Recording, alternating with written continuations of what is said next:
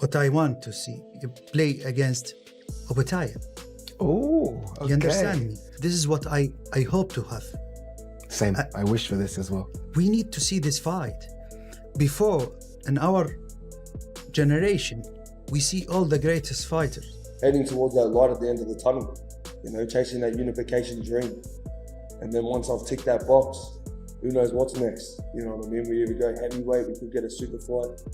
Turki Alalshikh actually told me, we get this mandatory out of the way, we fight for the WBC. Especially by a Jai Opetaia. I think Jai Opetaia beats Surdo too. I think Jai Opetaia is the best cruiserweight in the world because he has power, he has the size, and he has the footwork. So no, I think it'll be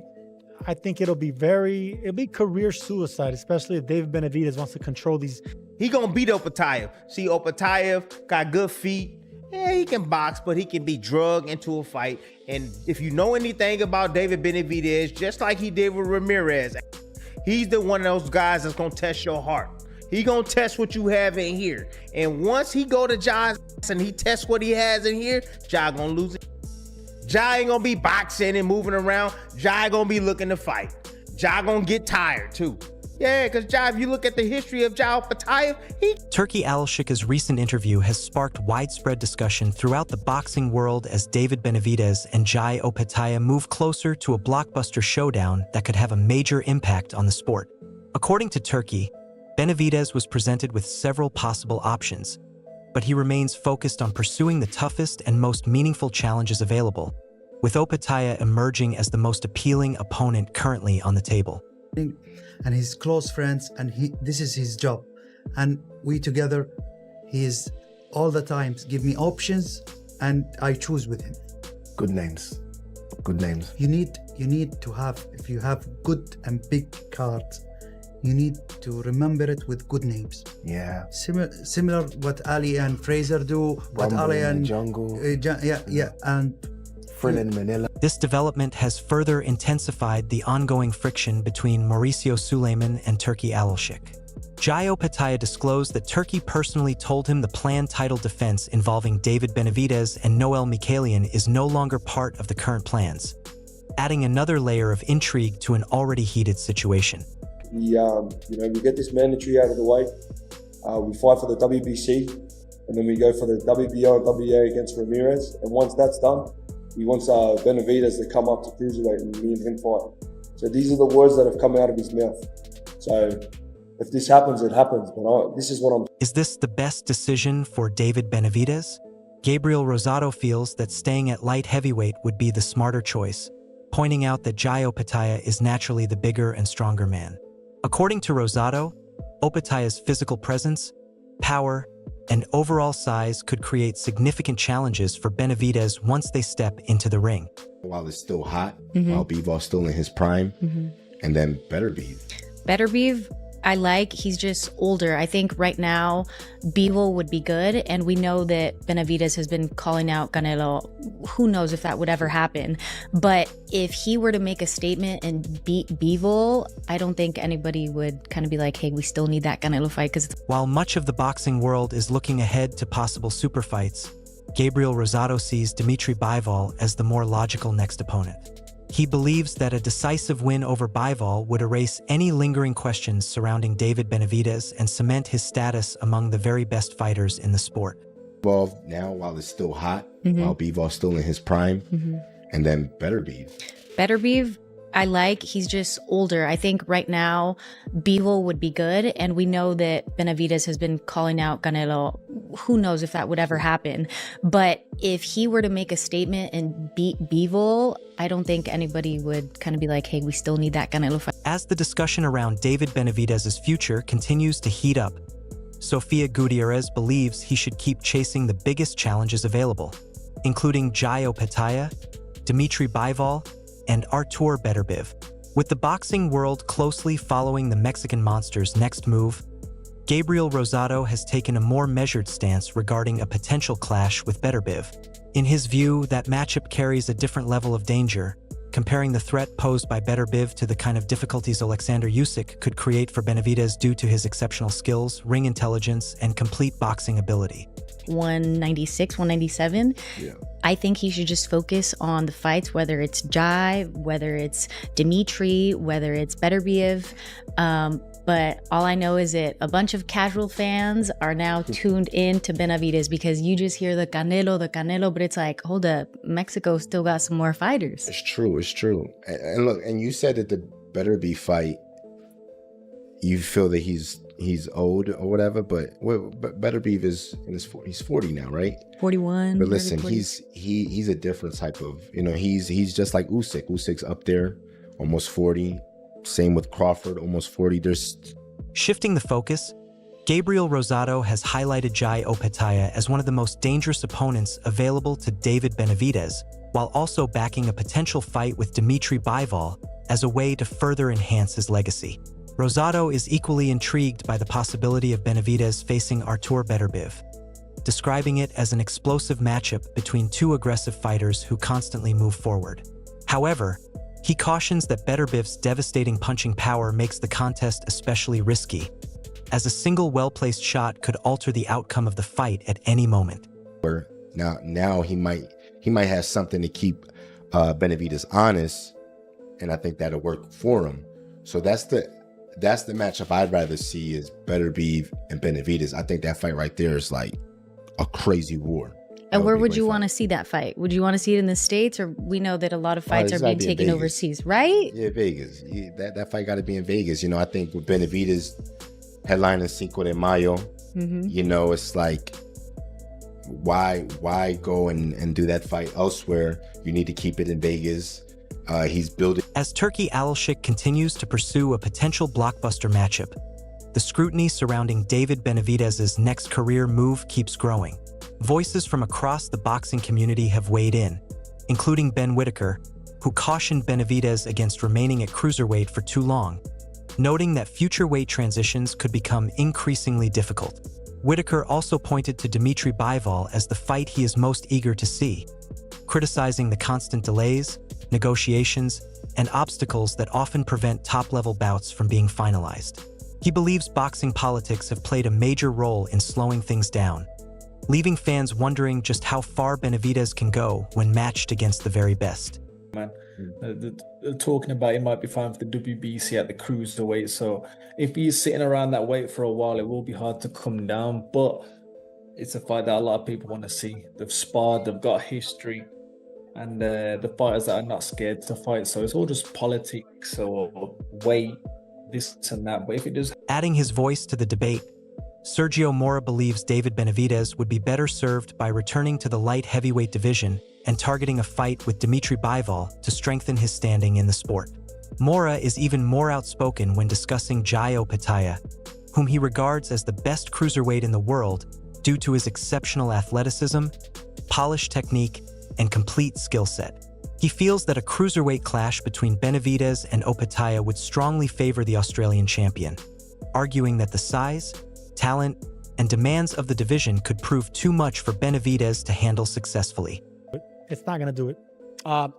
One thing that Benavidez said is that after this fight, he plans to go down in weight and face Dimitri Bivol, who's coming back against Michael Eifert, defending his titles. Look, on paper, great fight. But when I hear that, my mind immediately goes to the great Roy Jones Jr., who jumped up in weight. Sergio Mora took his stance a step further by suggesting that a fight with Jai Opetaia at this point could derail David Benavidez's momentum, viewing it as a risk that simply isn't worth taking right now. Chris Mannix, however, disagrees with that assessment, maintaining that Benavidez possesses enough tools to make the contest competitive and potentially come out victorious. Despite the opposing viewpoint, Mora remains firm in his belief, emphasizing that Opetaia represents a major challenge not only for Benavidez but for every cruiserweight currently competing. According to Mora, Opetaia's outstanding timing, refined technique, and complete boxing skill set place him among the most formidable fighters in the sport today. Anyway, because he was a little bit older at that time, but there's something that you lose when you go up this much in weight and then come back down in weight. If you were advising David Benavidez and Benavidez beat Zurdo Ramirez, would you say stay at cruiserweight, try to unify the division, fight Jai Opetaia, or would you say go back to light heavyweight and face Dimitri Bivol? go back to light heavyweight because you're not going to be a cruiserweight. You're not going to be a cruiserweight in size and power. You did something great by going up and capturing a world title if he does win against Zurdo. But you're not a cruiserweight, and you're bound to get beat, especially by a Jai Opetaia. I think Jai Opetaia beats Zurdo too. I think Jai Opetaia is the best cruiserweight in the world because he has power, he has the size, and he has the footwork. So no, I think it'll be career suicide, especially if David Benavidez wants to control these May and September dates.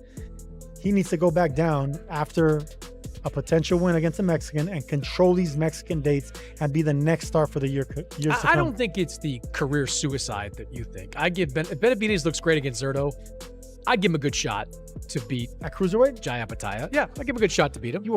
That's probably one of the most dumbest, most ignorant things you've ever said. You think that Jai would have cleaned? Sergio Mora has backed up his opinion by pointing to the experience he has gained throughout his years in professional boxing.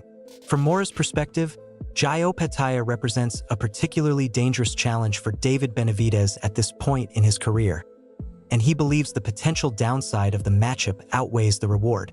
Chris Mannix, on the other hand, sees the situation differently. He contends that Opetaia still has more to prove against top-tier competition before his reputation can be fully confirmed.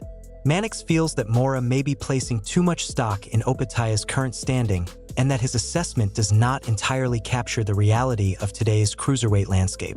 He puts him in the hospital. Forget knocking him out. Who's the high-level guy he's done that to? Well, cruiserweight's not a high name. Sure there are. There's plenty of... look, aside from Zurdo and Jai, name me another cruiserweight that's relevant. What I would have liked to have seen a couple of years ago, him against Badu Jack. It's not a couple of years ago, and Badu Jack is a smaller fighter, super middleweight going up. So it's not a... Benavidez is 6'3". He's a big guy, right? And he's always been a big guy. I don't think he's as overmatched as you do against a Jai Opetaia. Not that I disrespect Jai, just I have not seen it yet against high-level guys. He didn't get Brandon Glanton out of there. I'm just saying, I need to see more. Tim Bradley sees the matchup from a completely different angle, suggesting that Jai Opetaia could be pushed into one of the toughest fights of his career if he steps into the ring with David Benavidez. Although Bradley acknowledges Opetaia's sharp technique and strong performances in the opening rounds, he remains uncertain about how those strengths would withstand constant pressure over the course of an entire fight. He highlights Benavidez's reputation for steadily breaking opponents down, draining their energy, and forcing them into difficult situations as the rounds progress. In Bradley's view, if Opetaia begins to tire late in the contest, the fight could quickly swing in Benavidez's favor. Got good feet. Yeah, he can box, but he can be drugged into a fight. And if you know anything about David Benavidez, just like he did with Ramirez, he's the one of those guys that's gonna test your heart. He gonna test what you have in here. And once he go to Jai and he tests what he has in here, Jai ain't gonna be boxing and moving around. Jai gonna be looking to fight. Jai gonna get tired too. Yeah, because Jai, if you look at the history of Jai Opetaia, he get tired. Yes, he gets tired, period. Throughout the debate, many boxing observers have described this as the kind of matchup that distinguishes great fighters from truly elite champions. Both David Benavidez and Jai Opetaia possess imposing size, aggressive offensive styles, and fight-changing punching power, making it an extremely difficult contest to call. Experts note that Opetaia's natural physical advantages, strength, and powerful left hand could create serious obstacles for Benavidez, especially if the bout turns into a demanding and physical confrontation. At the same time, many believe the fight would serve as a career-defining challenge for both men, with the outcome potentially altering their futures and elevating their position within the sport. Jai Opetaia. I'd love to see that. Two men, same size, crazy ability, both of them. Blood, shaky legs. There's so many things I see happen in that fight. Jai's a monster, and his left hand is explosive. So if anybody can hurt David Benavidez, trust me, it's this guy. And he's a big... Offering another perspective on the ongoing debate, Australian Fox Sports senior writer and boxing commentator Peter Bedell gives a highly favorable assessment of David Benavidez's skill set. He commends Benavidez for his relentless work rate, precise combination punching, and ability to consistently overwhelm top-level opposition, portraying him as a fighter who can wear down world-class competitors through constant pressure and aggression. At the same time, Bedell raises questions about how those strengths would perform against the elite names in the heavier weight classes. While he recognizes Benavidez's accomplishments, physicality, and track record of success, he believes the very best fighters at those weights present an entirely different level of challenge in terms of power, technique, and overall intensity. That was the machine gun stuff. It was unbelievable. I was blown away. I mean, he didn't just beat Ramirez. He annihilated him. It was a massacre. And I really think right now, if I'm setting a betting market, I don't think Jai Opetaia beats Benavidez on that performance. I'd love to see Jai win because we're Aussies. We want to see the Aussie win. And Jai is a magnificent cruiserweight. But gee, what I saw of Benavidez, the step up. Further weighing in on the debate, Chris Mannix believes Jai Opetaia still needs to strengthen his resume before a fight with David Benavidez becomes the ideal next step. He suggests that a matchup with Callum Smith would offer a more accurate indication of Opetaia's place among the division's top fighters. Smith has also shared his thoughts, viewing such a contest as a valuable opportunity to test Opetaia's championship-level credentials. Although many fans and analysts would likely favor Benavidez in a potential showdown, Smith points to Opetaia's standout win over Benavidez as proof of his elite talent. He also emphasizes Opetaia's effectiveness on the inside and his punching power at close quarters, presenting a more measured assessment of what both men could bring to the ring. Hard to know until you see him at cruiserweight. I think things can change. People can put the weight on in the wrong way. I'm not saying he will, but people can just not have as much effect at a higher weight because they're still big punches. They still got a higher punch output, but people can absorb more and because they're just bigger men. Jai's not the biggest cruiserweight, but he's still a fully fledged cruiserweight and has proven himself at. Callum Smith believes this would be a highly competitive and physically exhausting contest, one that could easily reach the championship rounds where stamina, durability, and mental strength often determine the outcome. He expects Jai Opetaia to grow stronger as the fight unfolds, similar to the way he took over in the latter stages of his clash with Benavidez. In Smith's opinion, Opetaia's constant pressure and relentless work rate could gradually wear down his opponent and disrupt his game plan over time.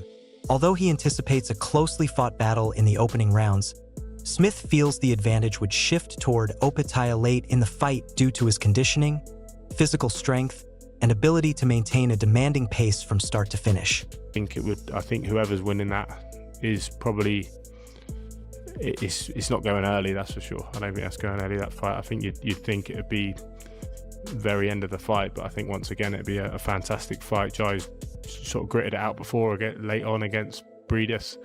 And he might have to do the same, That brings another wave of passionate reactions to a close as discussion surrounding a potential David Benavidez versus Jai Opetaia showdown continues to build across the boxing world.